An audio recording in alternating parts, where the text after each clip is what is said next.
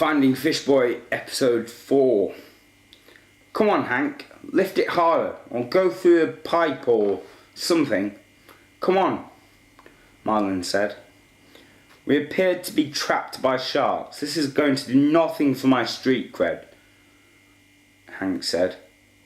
He found a broken screw which opened the lower decks.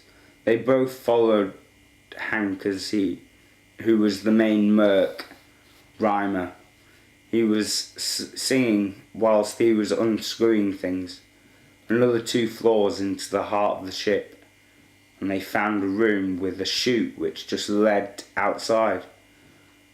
Sharks were circling Hank, who up until now had been wearing a metal whistle. He took it out and bubbled through it. Destiny appeared and scared off the sharks.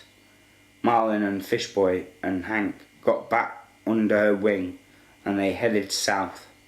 Just as immersed in the depths of the giant sea creature swam into view and held up 2 fingers for peace sign and spoke to Fishboy.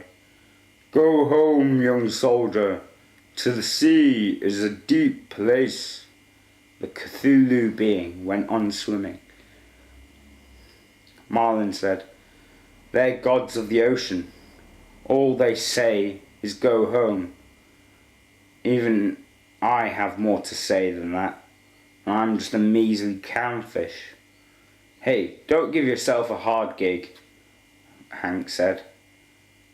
Hey Hank, when you change colour, do you see spots or get ink eye? Fishboy said. Well, I can see just without my eyes as well. And when I change colour, I don't know if it's saltier when I'm blue or sweet when I'm red, Hank said. Marlin, why do you seem like such a good father figure? Fishboy said. Well, there's only one answer to that. I had to be, otherwise my son would aspire to no one, Marlin said. Poetically, Marlin turned to Fishboy and politely asked if he recognised anything in the ravine that was a dormant giant squig with a whale shark. Destiny hummed and turned to Marlin. Bailey's on his way with Dory and Nemo and a shark called Fred. They will be 2 days behind us, Destiny said. I can hear them. And then she looked up at 20 big teeth sharks coming down from the surface. They circled them. Destiny tried to swim away, but one of them bit her fin, and she whacked them with her tail and flourished away into the ocean floor. She gathered speed and headed for the icebergs. The sharks followed, but a lax trail. The sharks had been more focused on the whale shark than the others. Hank was moving at quite some pace. This is the Antarctic Circle. It's a very rich place if you know where to look, Hank said. When I was even younger, merman,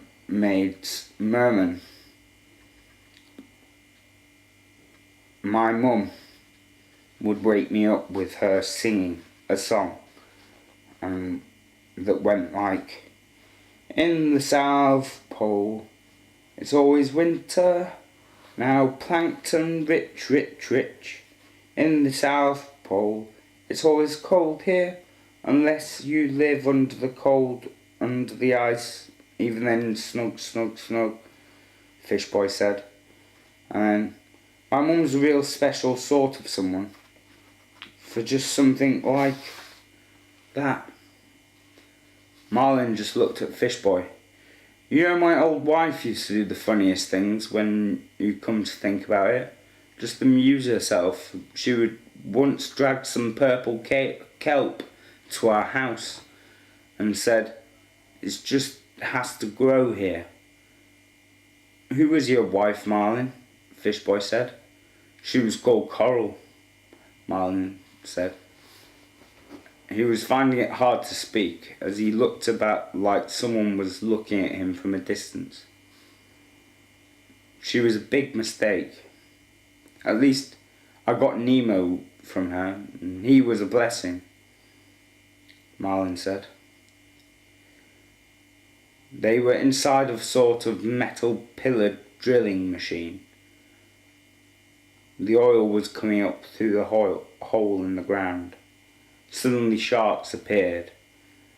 They entered the upside down palladium, and they snapped at Hank and Fishboy.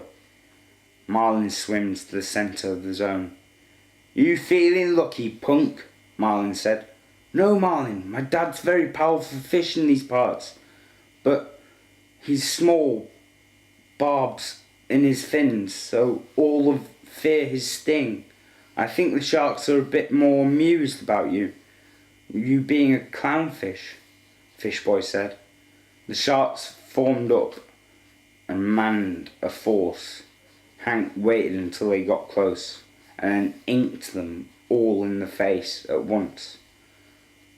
A shark snapped at him and snagged the whistle in his mouth, and then he inked them again, grabbed Marlin and Fishboy, and Hank was fast when he wanted to be, and then he sprinted for the ice shelf.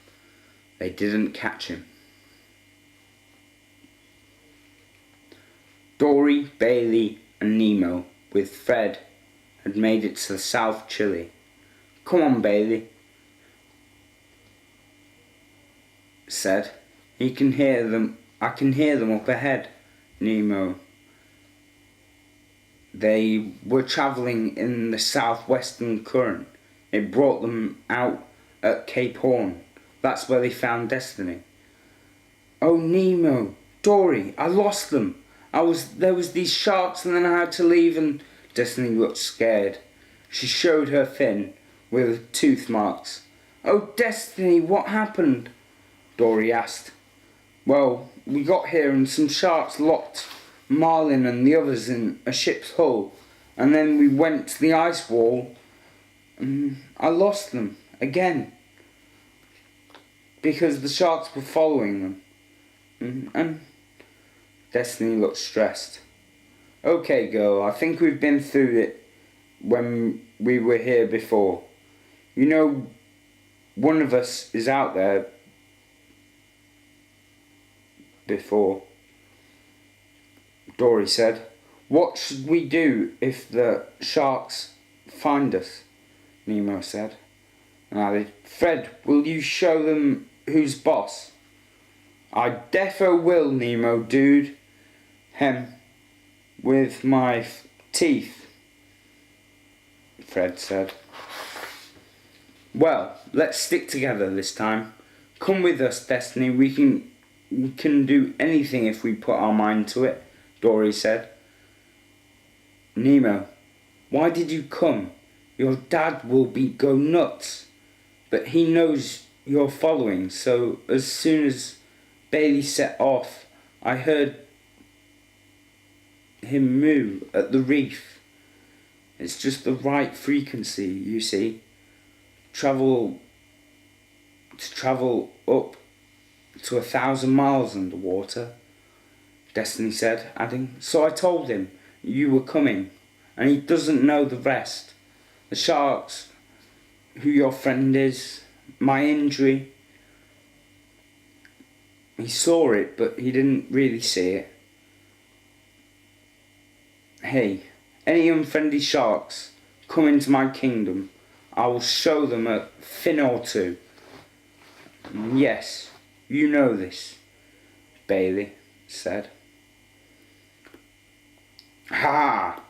I hit one with my tail and teabagged it," Destiny said, and they had come to an ice shelf. "Me and Destiny will have to wait here," said Bailey. Dory, Nemo and Fred underneath followed a maze of mini icebergs until it opened up to the lakes of ice. with the occasional hole for whatever would want to come for air. Fred was on point, and they kept travelling south. End of episode 4.